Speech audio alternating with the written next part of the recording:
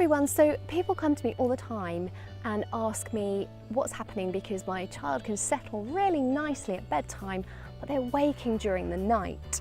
And it's a hugely common problem. So why would that be happening? How come they can settle so well at bedtime and then they're waking up in the night time? Well, today I have 5 tips for you so you can better understand what's going on and hopefully overcome this problem. Number 1 is, how does your little one settle at bedtime? The key may lie right here. How are they getting to sleep?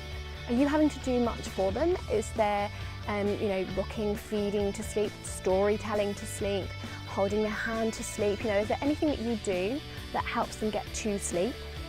Or how quickly do they fall asleep? Perhaps you don't need to do anything. Maybe they go beautifully and you think, yeah, no, I'd put my child to bed or put them down in the cot.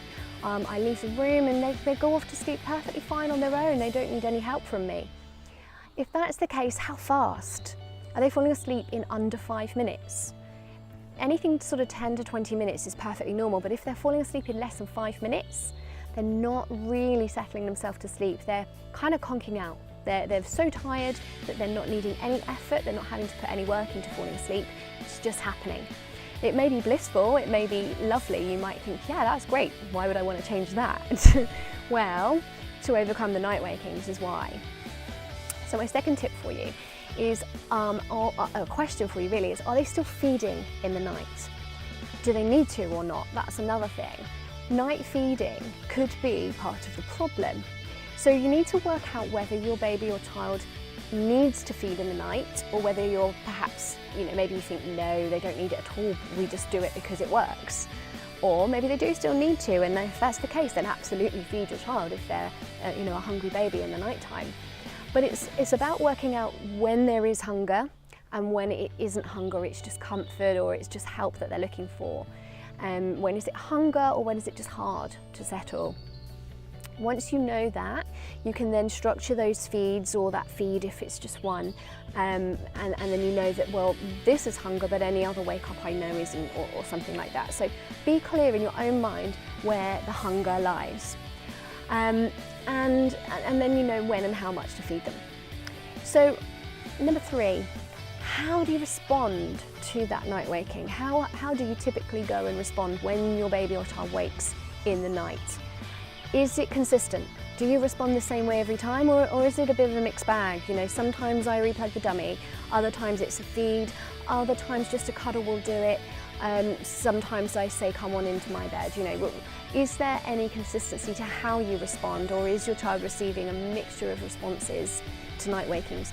It could be that it's not that mixed, but actually it's the same every time until after 5 and then they come in with you. Or it could be that it's the same every time apart from a feed or 2. It could be that there's just a couple of, or one inconsistency there, but that's all it takes. It's all it takes for them to expect that response again and again and again. So see about that. And something that might help here is if you're thinking, well, yeah, but I do need to do one feed, so how do I be consistent with the response if there's going to be one response that's a feed? A really good tip for that, if it's just one feed that they need, is to do a dream feed. And the idea of that is that you take the feed to your hungry baby before they wake for it.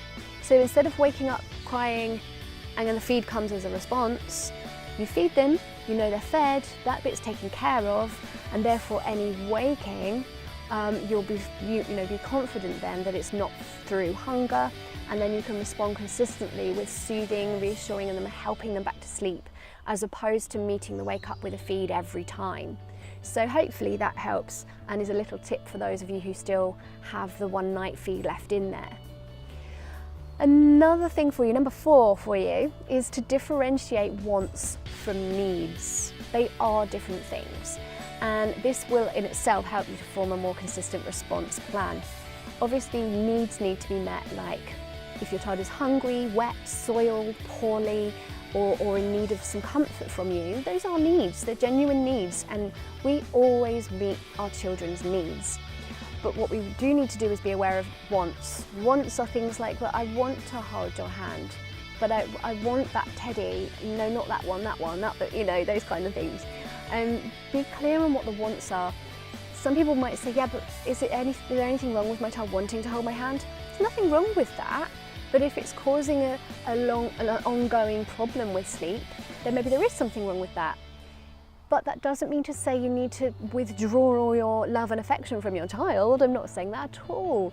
But just perhaps the holding the hand to sleep isn't helping them in the long run. So in that case, I would say try other forms of comfort and reassurance. Stay with your child by all means, but perhaps not the particular thing that they want, because you know it's not really what they need.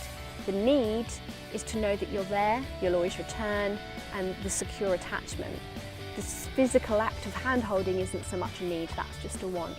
So you can drill deeper and deeper into this and really ascertain the wants and the needs, but the needs are far fewer, I'm sure.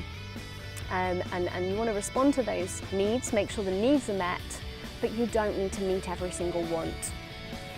Okay, so then number 5 for you right now is whatever gets your child to sleep at bedtime is going to be the thing they look for. That's what they're going to seek when they wake in the night. And it's not a case of stopping them from waking in the night. We all wake 3 to 6 times a night. That's normal, that's human nature. Sometimes it's a very brief, shallow waking where we're barely even aware of it. It's very semi-conscious. Other times it's a more full-on waking. You or I would probably just roll over or shift our pillow and put ourselves back to sleep because we know how.